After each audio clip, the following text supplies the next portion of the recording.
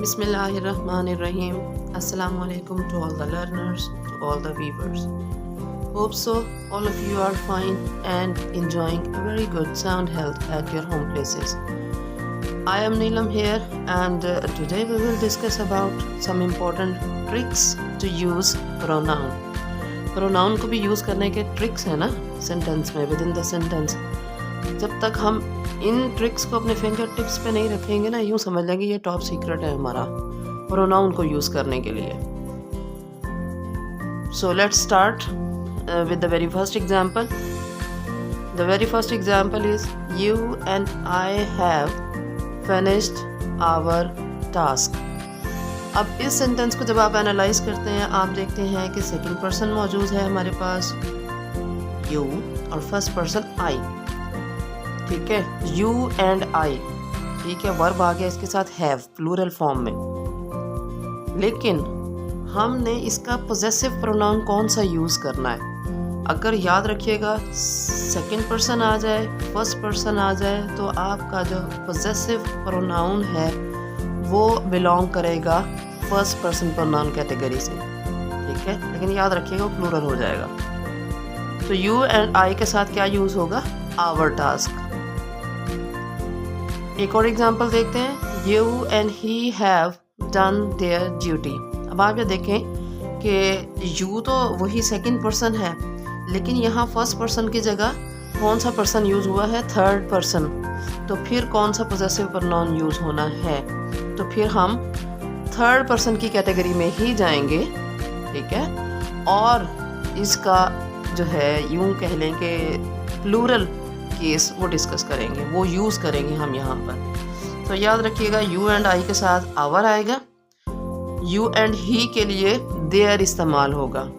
ठीक है, और अगर कहीं पर आई और ही यूज़ हो जाए तो फिर भी क्या होगा, आवर इस्तेमाल होगा. इनकी तरतीब क्या होगी, पहले कौन सा प्रोनाउन लिखा जाएगा, ये मैं इससे पहले वाली वीडियो में बहुत डिटेल से डिस्कस कर चुकी हूँ. इसकी तरतीब का ख्याल रखना जो है वो बहुत ज़रूरी होता है जब एक से ज़्यादा प्रोनाउन आ जाए तो, और वो बिलोंग भी डिफरेंट कैटेगरी से करते हो, फर्स्ट पर्सन से करते हो, सेकंड से या थर्ड पर्सन से करते हैं. एक और अहम पॉइंट आप देखिएगा, the boy who works hard will get the reward. अब याद रखिएगा जहाँ कहीं सेंटेंस में हु आ जाएगा, ठीक है, तो आपने दोबारा से आप देखेंगे यहाँ पे मैंने प्रोनाउन यूज़ नहीं किया, नहीं यूज़ होगा प्रोनाउन. ठीक है, सेंटेंस में अगर ये हु आ जाए तो प्रोनाउन यूज़ नहीं होगा. एक और एग्जांपल इसी की देख लिए. Whosoever is responsible will get punishment. अब आप ये देखिए whosoever इस्तेमाल हो गया है और यहाँ पर दोबारा से प्रोनाउन यूज़ नहीं हुआ. सो आपने अपने फिंगर टिप पे क्या रखना है कि अगर तो सेंटेंस में हु आ जाए, whosoever आ जाए, या फिर whatsoever. ठीक है, एक और वर्ड ऐड करें यहाँ पर, whatsoever अगर आ जाए तो आपने क्या करना है, दोबारा से प्रोनाउन यूज़ नहीं होगा. एक और पॉइंट जो है वो डिस्कस कर लेते हैं. That was the man whom I saw last night.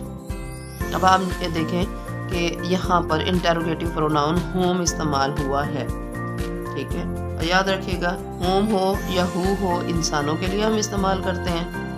ठीक है, और जानवरों के लिए जो है वो हम which इस्तेमाल करते हैं, और जानवरों के लिए और चीज़ों दोनों के लिए हम which इस्तेमाल करते हैं. और जो दैट है वो हम सब के लिए इस्तेमाल कर सकते हैं, इंसानों के लिए भी, जानवरों के लिए भी और चीज़ों के लिए भी. ठीक है, सो अगर सेंटेंस इसी तरह से है, that was the man whom I saw last night, यहाँ पर आप ये देखिएगा इसकी ऑब्जेक्टिव फॉर्म आनी है, सब्जेक्टिव इस्तेमाल नहीं होना है. हु सब्जेक्टिव फॉर्म के लिए है, whom ऑब्जेक्टिव फॉर्म के लिए है. ठीक है, तो इसका ध्यान रखना है. और एक और एग्जांपल देख लेते हैं.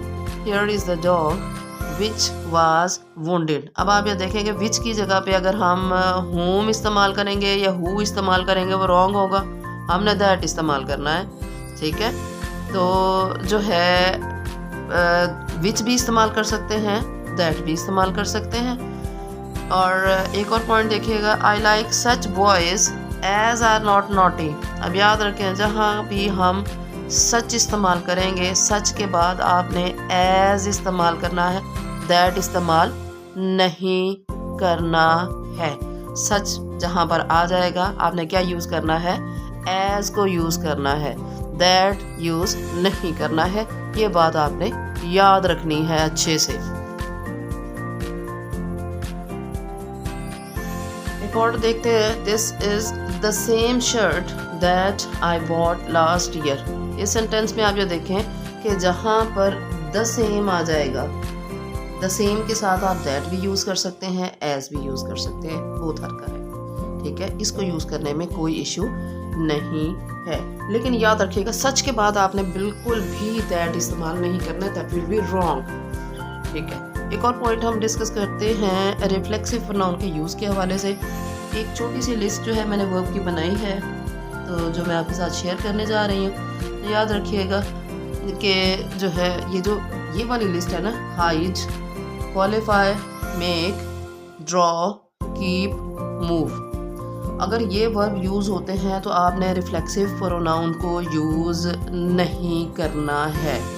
ठीक है, इनके साथ रिफ्लेक्सिव प्रोनाउन यूज़ नहीं होगा। एग्जाम्पल इसकी देख लेते हैं। ये हाइड है, यहाँ पर जो पहली वर्ब फॉर्म दी गई है, तो इसको हम यूज़ करते हैं सेंटेंस में, ही हिड बिहाइंड द सोफा। अगर हिड के साथ हिमसेल्फ लगा देंगे दैट विल बी रॉन्ग। सो आपने हिड के बाद सेल्फ या सेल्व्स वाली फॉर्म यूज़ नहीं करनी है।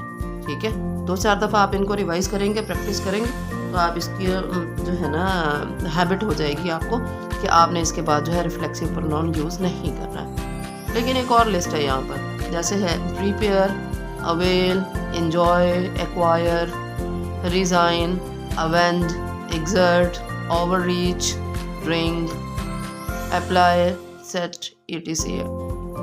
तो इनके साथ आपने रिफ्लेक्सिव प्रोनाउन मस्ट यूज़ करना है, लाजमी तौर पे यूज़ होगा। आपने इनके साथ रिफ्लेक्सिव प्रोनाउन यूज़ करना नहीं भूलना है, बिल्कुल भी नहीं भूलना है। ठीक है, एग्जाम्पल देखते हैं इसी कैटेगरी से।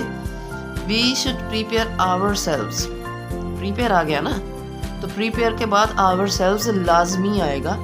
आवर सेल्व्स अगर आप यूज़ नहीं करते हैं, we should prepare for exam, that will be wrong. तो करेक्ट क्या है कि वी के अकॉर्डिंग हम यहाँ पर आवर सेल्व्स लगाएंगे। होप सो ये छोटी छोटी सी बातें जब आप अच्छे तरीके से अंडरस्टैंड कर लेते हैं ना, तो बिल्कुल भी मुश्किल नहीं है एग्ज़ाम में मार्क्स हासिल करना, या फिर जो भी आपका राइटिंग मटेरियल है उसकी क्वालिटी को इम्प्रूव करना। सो एडवाइस आपके लिए, keep on practising, have a nice day. लेकिन याद रखें, वीडियो आपको पसंद आई है तो लाइक, शेयर और कमेंट ज़रूर करें। Thank you so much.